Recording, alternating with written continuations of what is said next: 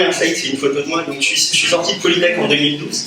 J'ai fait, comme vous, le diplôme d'ingénieur. J'ai fait du web sémantique ici à l'école. Et donc, en sortant de ces études, j'avais un projet que je trouvais super cool. Ça s'appelle Reader. C'est un outil de veille puissant pour organiser votre veille au quotidien. La veille, c'est lire le journal, accéder à l'information, les newspapers et compagnie. Et pour faire ça, on utilise du web sémantique pour trier l'information, pour la catégoriser. On se connecte à tous les réseaux sociaux. Donc, je vous ai présenté le projet. Maintenant, je vais vous parler de pourquoi je suis là, c'est retour d'expérience. Pourquoi aller à des événements, des concours, toutes ces, j'allais dire conneries, mais tous ces événements qui sont vraiment importants, c'est parce que vous allez rencontrer du monde. L'avantage de rencontrer du monde, ça va être de vous...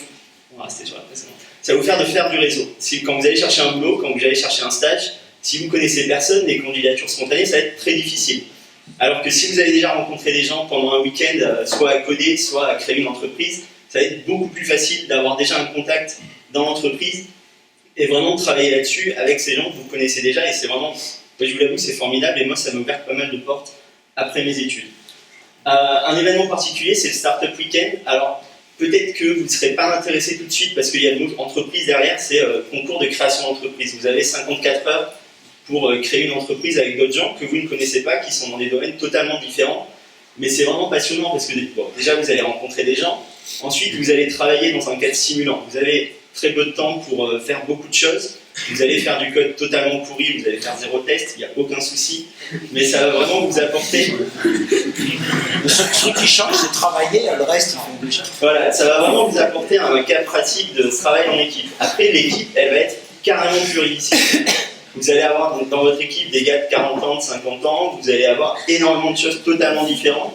Des gens qui ne savent pas du tout ce que c'est une ligne de code, des gens qui savent juste faire des dessins, du design. Ça va être vraiment pluridisciplinaire et le travail en équipe est pas mal différent de ce que vous faites ici parce que vous avez des différences d'opinion énormes et je vous encourage vraiment à y aller parce qu'en entreprise, c'est ce que vous allez vivre au quotidien. Vous allez toujours avoir le manager au-dessus de vous qui comprend rien à ce que vous faites mais qui va vous donner des ordres et compagnie. Donc préparez-vous à l'avance, c'est vraiment quelque chose de passionnant et totalement différent de ce qu'on fait actuellement. Et je l'ai remis encore une fois, c'est faire du réseau parce que c'est pendant un week-end que vous allez créer une entreprise. Mais par contre, ça va vous apporter énormément de contacts pour ensuite soit créer une entreprise, soit au moins trouver un job. Donc des petites photos pour montrer que c'est sympa. Ensuite, il y a tout ce qui est concours de code. Ça, c'est plus dans votre domaine. Vous connaissez la nuit de l'info, Sébastien vous en parle en permanence. Nuit de l'info, c'est une nuit pour créer un site web, pour créer un projet, répondre à des défis. Moi, ce que je vous encourage à faire, c'est participer à ce genre de concours, mais pas participer avec des gens que vous connaissez. Ça sert pas à grand chose, parce que vous allez vous amuser, vous allez pas boire de bière, vous allez boire des coca, vous allez manger des crêpes ensemble, mais vous n'allez pas vraiment apprendre à travailler avec des gens que vous ne connaissez pas, vous n'allez pas avancer dans vos projets. Donc je vous conseille de faire tout ce qui est hackathon, concours de code. Alors le prochain, c'est la slide suivante, je pense. Non. Je vous l'ai montré tout à l'heure, j'ai fait la liste pour que vous l'ayez. Participez à ce genre de concours parce que ça va vous permettre de coder avec d'autres gens que vous ne connaissez pas. Et pour moi, c'est vraiment quelque chose d'important parce que actuellement, vous devez faire peut-être des revues de code entre vous. Peut-être, un petit peu. Il essaie sûrement de vous les faire faire. Et là, ce qui va se passer, c'est que pendant peut-être 24 heures, 48 heures, vous allez devoir vraiment travailler en équipe sur du code que vous n'avez pas produit, améliorer du code de quelqu'un d'autre qui est totalement laid parce qu'il l'a fait à 3 heures du matin et compagnie. Et c'est vraiment un cas pratique à faire. Alors un concours que j'ai fait qui m'a permis d'être payé après mes études et de commencer mon projet d'entreprise, ça s'appelle Bourse sur Code. C'est un concours organisé par INRIA, donc j'ai gagné en 2012 sûrement.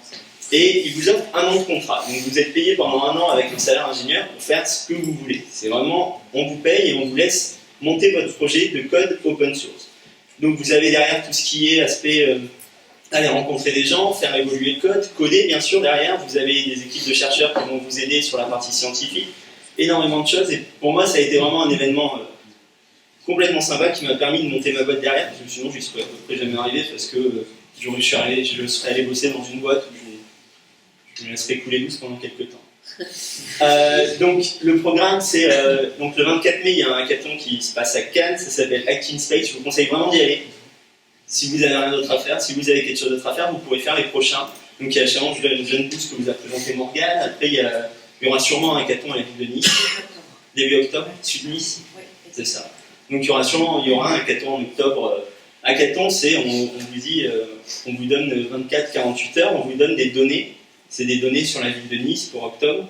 L'an dernier, c'était des données sur pas grand chose, un peu tout, il y avait du Ansible. et vous devez créer une application derrière, une application, un logiciel qui va faire quelque chose.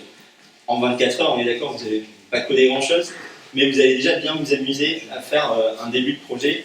En hiver, il y a la nuit de l'info, et sûrement au printemps prochain, il y aura des startup week-ends et tous ces événements pour la création d'entreprise. Voilà. Merci.